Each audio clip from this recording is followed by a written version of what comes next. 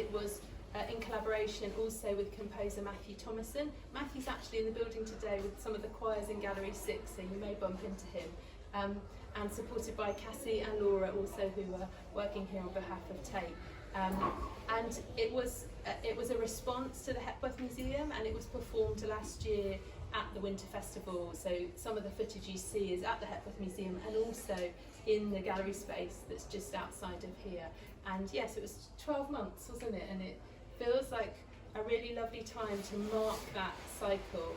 Bobby and I had a little check-in earlier, and we were kind of acknowledging that sense of, you know, the pace of work, the pace of you do something, you make something, you move on to the next thing, and actually this sense, particularly within, when we're thinking about different ways of working, that we can slow that, we can have a slower practice, and it feels, I think, really significant to be doing this now a year on, and that feels like a good moment to pause and to breathe, and yeah, and so I hope that gives a little bit more of an introduction, and apologies on my part that I didn't do that. I'm going to pass to Anna, and Anna, I wonder if you wanted to just say maybe something about why it's nice to do the screening here, so something about your space, yeah. And then we can hear from Bobby. Well, I'm looking forward to hearing what all of you think, because I'm sure that, you know, you can, how you're seeing this as the audience is really interesting too. Touch, movement, rest and flow, all of those things are what I hope is woven into your space. And so to screen Connecting Forms here feels like putting it in a home where it's like, I don't know, a hand in a glove, or it just feels like it sort of belongs. And do you want to say something about, this space was also connected to Barbara Hepworth, yeah. So just how this has come about, and maybe connecting on your practice or what you bring to that? Yeah,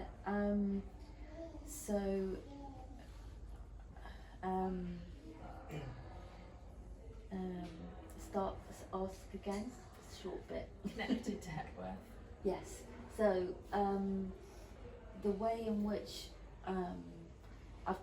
I've reflected is on this legacy of practice, of what Barbara's legacy is. I speak about her like I know her, I know it's probably kind of rude, but Hepworth's legacy, and the things that I found to be so significant was this belief of basic objects out in nature, like a pebble on the beach, being able to offer you something of such security and vitality and form. And touch is so important in that as well, and play. So what happened is a merging of ideas around, you know, what it is to be in an art space and be productive and have presence, but also be able to have this moment of slow kind of absorbing, and what it is to have a positive time in a space. Mm-hmm. Mm-hmm. Mm-hmm. Yeah. Do you want to say why that's important to you?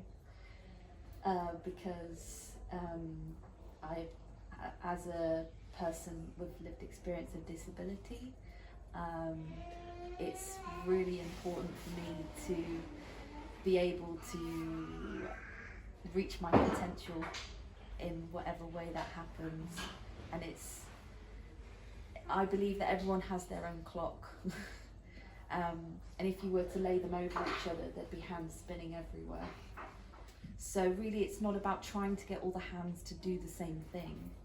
It's about finding a way to be able to step back and appreciate this crazy momentum of multiple fingers and hands and just spinning all over the place.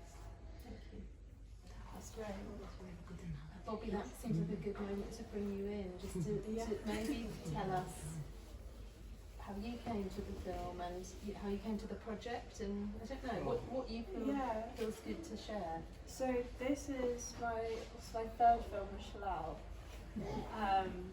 And as soon as Jo said that it was a project on Barbara Hepworth and working with the Tate, I really wanted to get involved.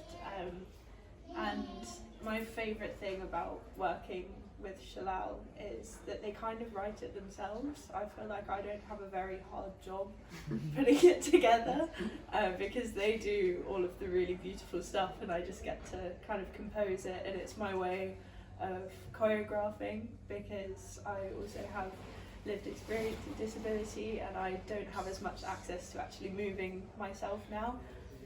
So it's my way of still being able to choreograph and perform is to kind of compose the work of Shallal, which I really enjoy. And in terms of the inspiration from Barbara Hepworth, I wanted to bring that into the way I edited the film as well. And so I made the project circular because there's so many curves and circles in Barbara's work. And so the way that the music runs in the piece is actually the reverse order to how it was in the performance, so that it feels like it kind of encloses itself as one piece.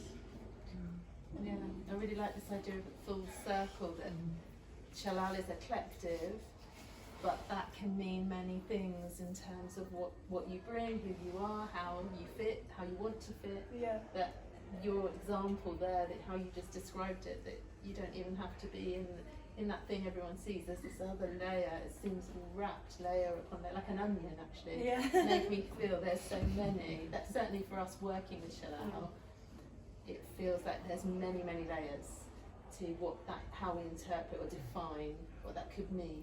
Jo, I wonder if you want to say something about Shallal's experience. Oh, well, we loved it. Oh, we like doing anything, you know. We're just tarts for our arts, as a friend of mine used to say. So just, you know, do anything. Just give us a good offer and we're there, you know. So we like it, no, we love it. And actually, this is the most, I have to just thank you very much, the most accessible and sensitive, I'm not always very good with my words, landing in a way, also collaboration that we've had. So we were really grateful for that. It was gorgeous. Yeah, and so Shallal is made up some of its parts, and it's basically whoever's in there, whoever's there on the day, whoever's got the experience, whoever wants to sort of respond, responds. And we have a whole set of unseen, quiet rules, well, it's not rules even, like structures to hold it to be safe to respond, you know, to have that safety and being spontaneous and being able to follow your own threads and not to be sort of dominated or forgotten. So we have a set of sort of structures around our way of improvising, and in a way that flows into everything, and people come with their gifts, and their gifts change at all times, but Bobby has a load of gifts, so it's very easy to work with Bobby. And I adore that, you know, it's very hard to edit on the music and the movement, and you do that beautifully. So I mean that's a real joy. Yeah. We should say something about the music actually, because Matt isn't here, but that was also this kind of layered thing, wasn't it, where he had recorded Shallal's workshops and rehearsals and improvisation in the gallery and at the Hepworth Museum, and some of those sounds are underlaid in the track. You might not be able to identify them, but they're in the music and the composition. And he's obviously a pianist, so you hear the lovely instrumental, and then the voice of Hepworth, and the sort of sounds of the drawing and scratching, and it's again all these many pieces coming together to make the connecting form. And also it was very nice of you, because at the end of our conversation, because at one point we were going to do a whole project around the exhibition, weren't we? And then it changed to Barbara Hepworth, and then you said, who would you like to work with? And I went, well, I really like Matt Thompson. It's really good music. I really like Bobby's film work. So it was very much also, it's about people saying yes to each other, isn't it? And sort of, so he then went yes and made this fantastic music just from being around us. So I think it's a very immersive sort of process we have. Very risky as well, because we haven't got a clue if it's going to work. But I think any artist knows that. It's like, oh, I don't know. So it's like, I think when you're terrified, that's when you know it's working. Yeah, probably. A friend of mine said, you know, it's only really art if you're not sure if it's ever going to happen again. Absolutely. Yeah. Well, especially the day that we filmed in the Hepworth Gardens, it was chucking it down with rain. It was the only date that we could get people there because it was going to be closed for renovations like a week later. And so we were all just kind of panicking, but it was so perfect because it was the start of the project and it made us all just kind of let go of anything that we'd thought we were doing, because almost everything that could have went wrong did, but it was so right, it needed to happen for the project. It helps you make choices. Absolutely, yeah. You know, because there's no other way. Yeah, like we'd established a colour scheme and everyone had to be wearing their bright red coats and stuff because it was chucking it down. We were like, there's no colour scheme now. Quick, make the film in black and white. Yeah. Anna, I wonder if you want to say something about risk, or you might want to say something else. Something we talk a lot about, but you were going to say something else, I think. Well, I think I just want to echo what you were both saying about Bobby, about George and Cassie, and about what it's like to work with them. Not making this a talk, all of putting you on the spot or anything, but you know, I think there's a rare moment. I think when you find someone who obviously is carrying the weight of the sort of the transparency of the funding and the budget and the you know, all the logistics and all of that, but somehow also is very, very excited to say yes to you and really looking for ways to let everything happen that could happen, rather than, you know, worrying too much about, you know, all the things that could go horribly wrong by saying yes. And I think there's a lot that creative organisations could learn from your and Cassie's approach and this embracing of slow practice. So in case you guys didn't know, obviously this space is here for a whole year, which is unusual. When someone says, hey, have a test gallery space for 1 year, I mean, that's amazing, especially within Tate as an institution. That's a lot of space for a long time, which is great and terrifying. And when you know, when I think after I'd been to Documenta in Kassel, which is an art festival, and they did the festival of 100 days, and it's kind of happens every 5 years.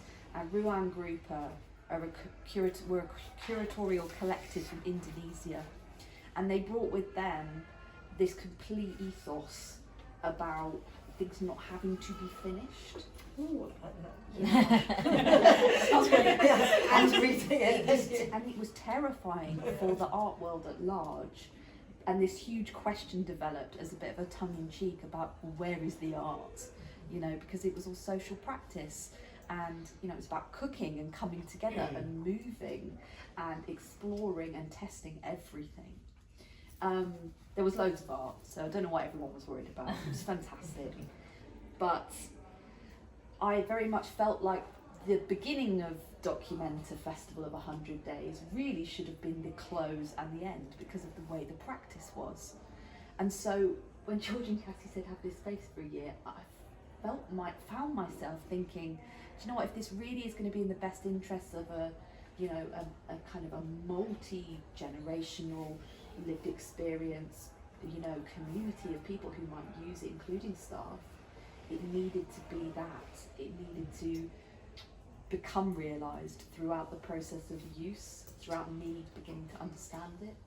And I love how in your film I felt similarly, like the way I'd done the paint in here, which was done by Sally's airbrushing, wraps you in this sort of centre. Similarly, your visuals and film is doing a similar thing. It just feels really snug. Yeah. And I like that there's in a way when I'm watching it, there's that unpredictability. It keeps me on the edge of my seat. And I'm just so curious but also completely hypnotised by all the movement and the action that's happening. But it seems to ebb and flow from busy to still and dreamy, a little bit like waves of the sea. So thank you for your work. It's really nice. That's really kind.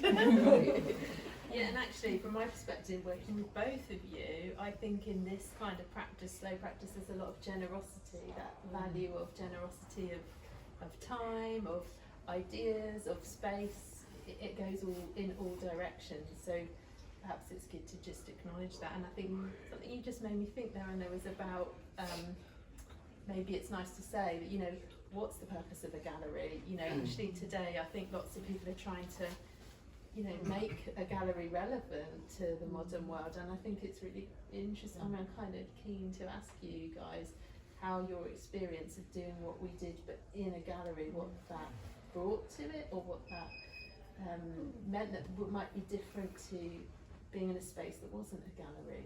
Yes.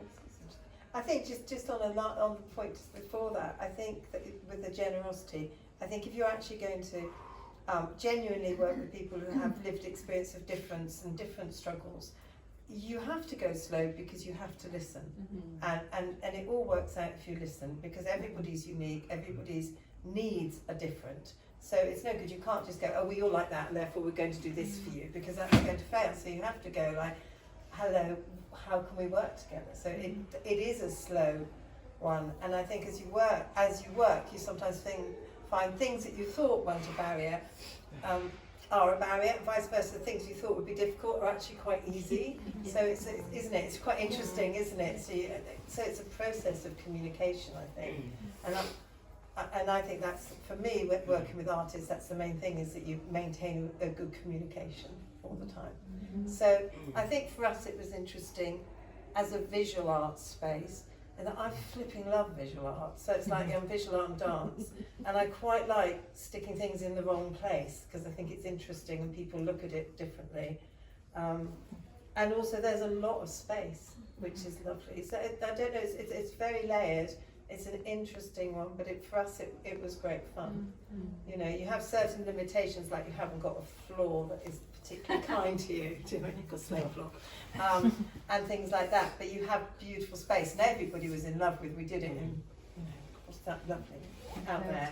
Yes, and they were staring out at the sea. You know, you couldn't have anything more beautiful. You had this big space, and also what a lot of people commented on was a lot of people watched from above, so they were looking down on the dancers, and that's unusual because, you know, normally you're using flat, or you might have an immersive thing where you're trying to follow dancers around round somewhere.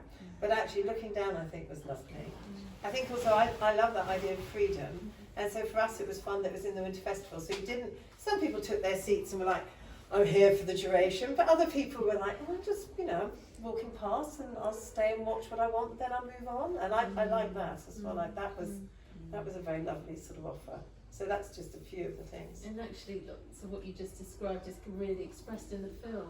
Absolutely, yeah. I think what I was going to say is that working within a gallery, it felt like Shallal were the artwork, and it was like a travelling exhibition, because we explored quite a few of the rooms here, and also over in the Barbara Hepworth Gardens, and it felt, because Cassie and George did such a good job of taking care of everyone and making sure that everyone's needs were met, it felt really special, and like Shallal were the artwork and I was a bit of a groupie running behind them with a camera. I'm going to talk a bit more in a minute about. I want to just give anyone who wants to ask a question or comment a moment to see if anyone's got any questions. And then, like Anna, afterwards, it'd be nice to hear about the thinking about the cushion and your coming in and meeting, thinking about Shallal. But just before we do that, does anyone want to share any thoughts, or if anyone that was part of the project, feel free to comment from that perspective. Just very interesting and self-explanatory. That's good. Accessible, we like that. I felt I recognised this notion of things not being finished, I mean, I find finishing anything is a real kind of task, you know. Yeah, it did remind me of sort of being part of the whole thing from the beginning, and that things don't finish. They kind of tend to go pinging off, and like you meet them later on, and they're doing something else. And it reminds me a bit of Bob Devereaux's poem in a way about things not being finished, and everything continues. And yeah, it's just sort of such a lively kind of thing to happen, sort of be part of, and like feel that current of people and energy and everything. And yeah, I really enjoyed the whole project all the way through, but I'm still doing stuff because of that. I'm still working on things that sparked my imagination then, and I didn't expect that at all. It just happened. Thanks, Tony. That's really interesting. I think that what you just said there about the pinging off actually made me think that I hadn't quite clicked that this way of working actually is this way of working in quite such a literal way. That sense that you know, why say this is what we're going to do and just do it? That's maybe not as interesting as let's do something, let's then listen, let's respond, let's do something else, then let's go somewhere else. It's definitely a common vibe here, I think. Yeah. We used to say that in Shallal, I used to say mainly, I work with a creative process, and that creative process can go into words, can go into dance, can go into art, can go into film. It's more about how you work your process and enabling your artists to feel comfortable with that process, really. And I was quite amazed at how much we enjoyed making those banners. Oh, did we enjoy making those banners, you know? And so the people who came, we have lots of artists in Shallal, and lots of people are multiple style artists, but it was extraordinary how people really got into making those banners because it was from a physical place. And that came out of, we have a Back Lane West residency every year, and that came out of that. We showed a film to George and Cassie, and that's what inspired it, wasn't it? And that came from another artist, a lady called Caroline Deverneau, I think, who works in Paris. And it came from her work via my daughter, via Back Lane West, into the Tate. We've then taken it back into Back Lane West, and George has done some music recently with 3 artists, one of whom hasn't done it before, and they have done the most beautiful drawings from it. So that sort of pinging off, you know, it's lovely, those threads, isn't it? You have threads in your work, don't you? You pick them up at different times and you drop them down, but they don't really get dropped, they just get put down and then you pick them up at another time. Yes, and I thought I knew what this process-based practice meant, and Anna's helped me actually challenge that even further, I think. That's a term you use, isn't it? Yeah, 100%. Yeah, I agree. I think I've probably pushed that term to its limit. Probably booking that or something. But I genuinely try to really pay attention to what's happening and how it unfolds, and not a little bit like, okay, I was doing stone carving in Portland because I really wanted to learn about more traditional sculpture methods when I was at Wimbledon College of Art studying sculpture, and I went and chiselled stone in a quarry. It was really cool, and the sound was amazing. And I think, you know, I'll come back to that amazing quote that you've got of Babs talking at the end. I just think, oh, she's so right. You know, it's that sound, that movement, and, you know, that flows throughout, you know, this work so well. And for me, it was like Hannah, who was the person who was schooling me about carving stone. She said to me, try not to tell it what it should be. Like, just pay attention to how your hand is moving. Pay attention to the natural formation and the geology of this stone. I thought, oh, that sounds really, I don't really know what that means. Like, oh, okay.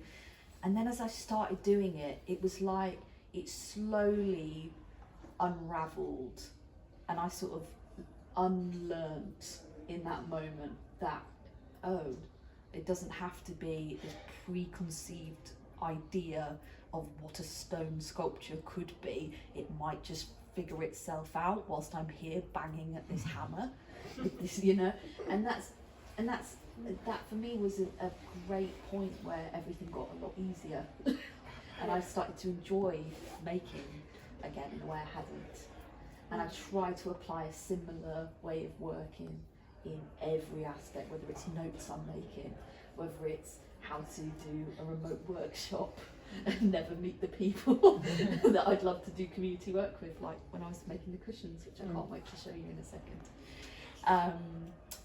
And then, for example, the activity that's here on a plinth that you can listen to was based on the workshops that we had.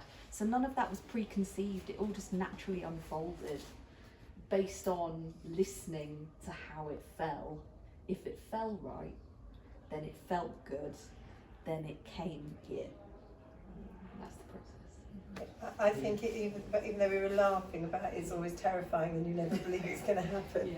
Yeah. And another point was, I think the other thing I used to say, because I think everything is paradoxical, isn't it? You have to hold the tension of the paradox, is also trust the process. It's like, you know it's worked before, so it might well work again, so you just trust the process and you just go with it. Yeah. I love the stone coffee. Your mum says that all the time. Yeah, you just got to trust the process. Yes. When we started, Jo and I kind of looked at each other and went, do you have any idea what we're doing today? And Jo went, no. And I looked at Jo, and Jo looked at me and she went, do you have any idea what we're doing today? And I went, and we walked in and we had Matthew starting from scratch. It was the first time we'd been in the Tate with everyone, and everyone was just kind of finding their own feet. And it's that thing of you need to look at everything that's happening as a whole and bounce off of that, and it is that natural process of finding where it's going. If you come in with a plan, it's going to explode. Yeah. You're never going to meet your expectations. Yes, absolutely. So we had a concept that we'd looked at and we knew what we were working with. We had no idea where it was going to go, and I think that was the best way for us to go about Totally it. terrifying. and I'm a very bad finisher, so I always say to everybody, I'm a really rubbish finisher, so the last 20% someone has to come and help me. Either I'm bored or I want to be fussy, but I've had enough of it now. So That was when we had to title it, I remember that. yes, and then you went, it has to change. And I went, it can change, but not that much. Yes, I'm not that. I think it's also about being honest, isn't it? About what your strengths are. I'm not being humble when I'm saying I can't do the last 20%. I really am genuinely pretty bad at the last 20%, and everyone I work with knows that. Yeah. So, and I remind them. I wanted to pick up when you said about a plan, not having a plan, because actually for us, we did have a plan, but the plan, so I'm thinking, I wonder how we define the word plan differently. So the plan actually for us at Tate is about having the right ingredients. You guys, Matt as the composer, you know, the variety of people in Shallal, the space, the time, you know, putting all the things in place and then letting it find its place. So yeah, there's different definitions, isn't there? Absolutely. Like, I think it's that thing of being told, oh, can you come and make a film? Yeah, sure. Not a clue where it's going to go. So excited to make. And I think we were kind of in the same boat with that, in that we knew it was going to be good in the end. It had never not been good before.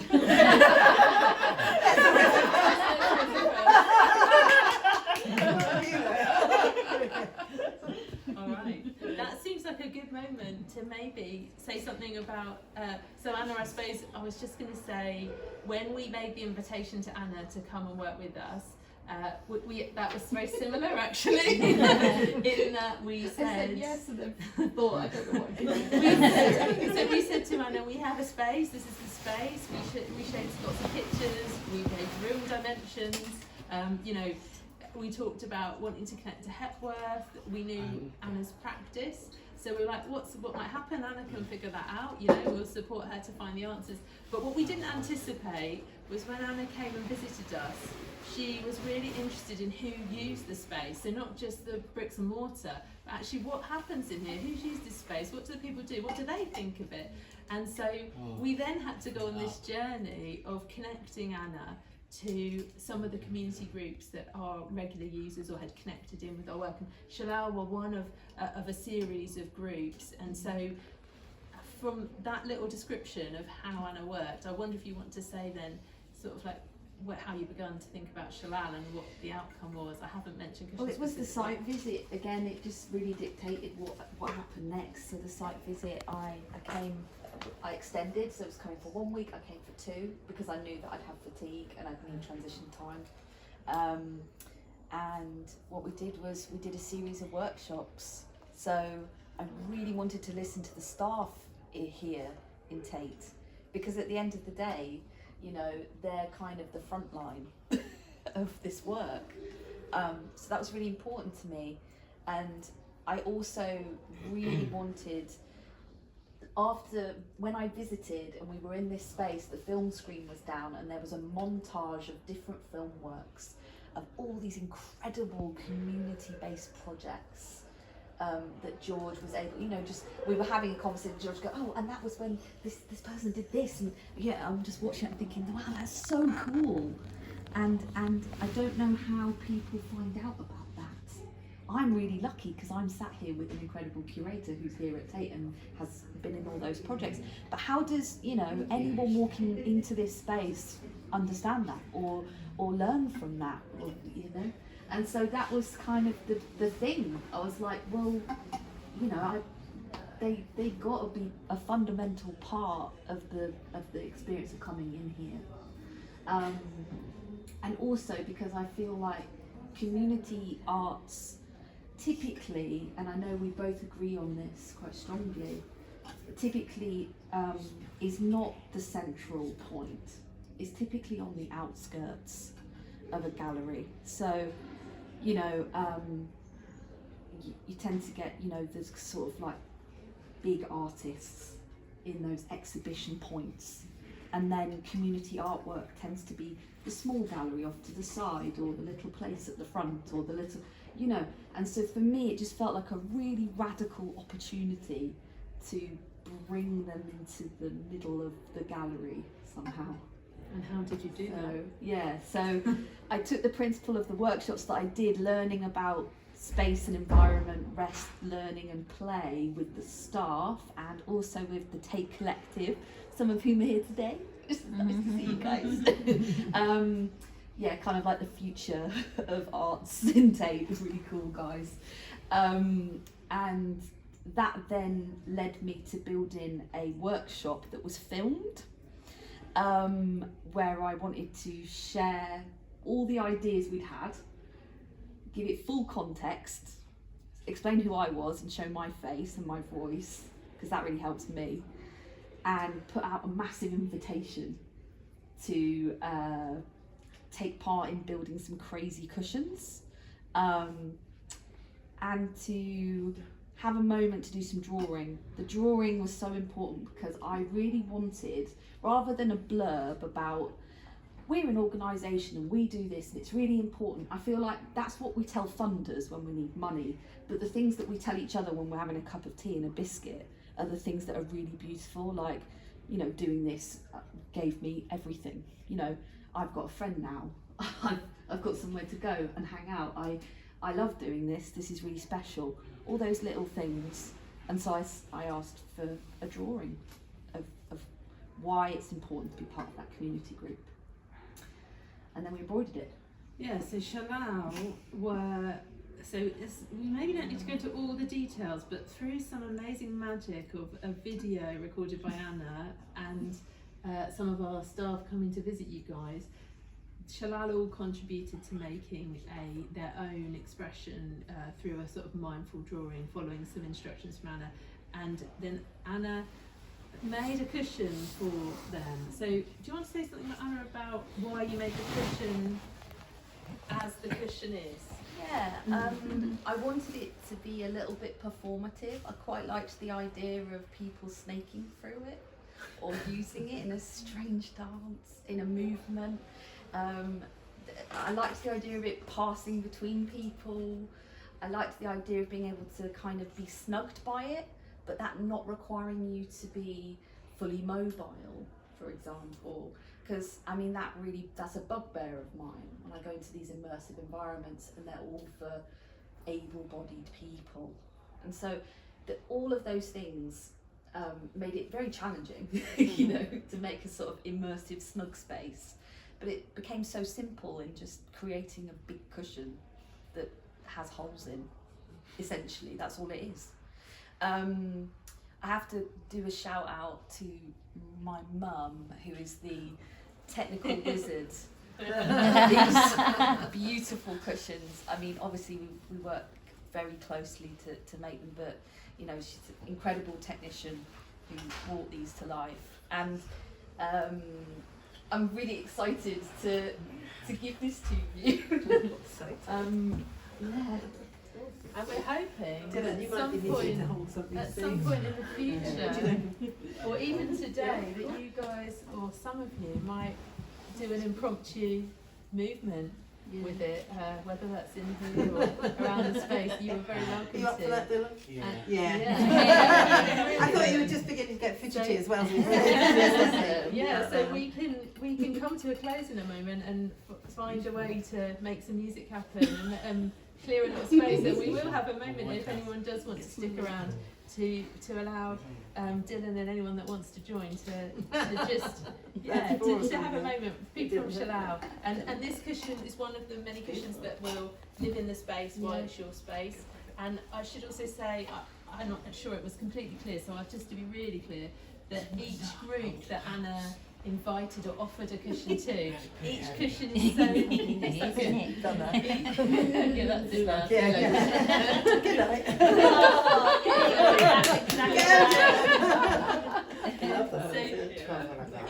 Is it good?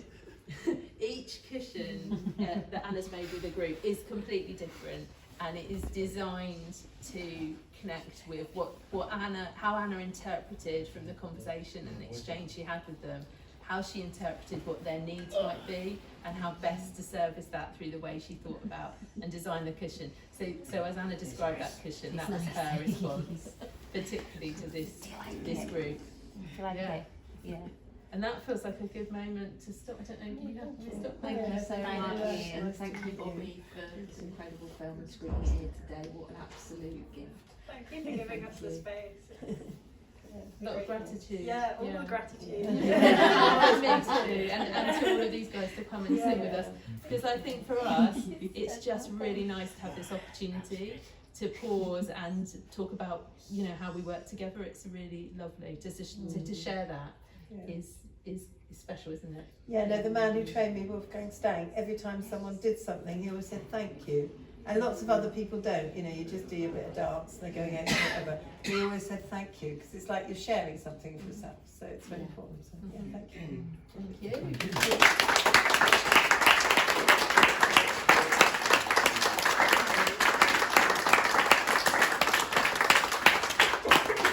Yeah, and shortly there'll probably be some music and dance. Yes, yes, where should we do it? Do you want to do it? So I wonder if I just maybe clear a few chairs.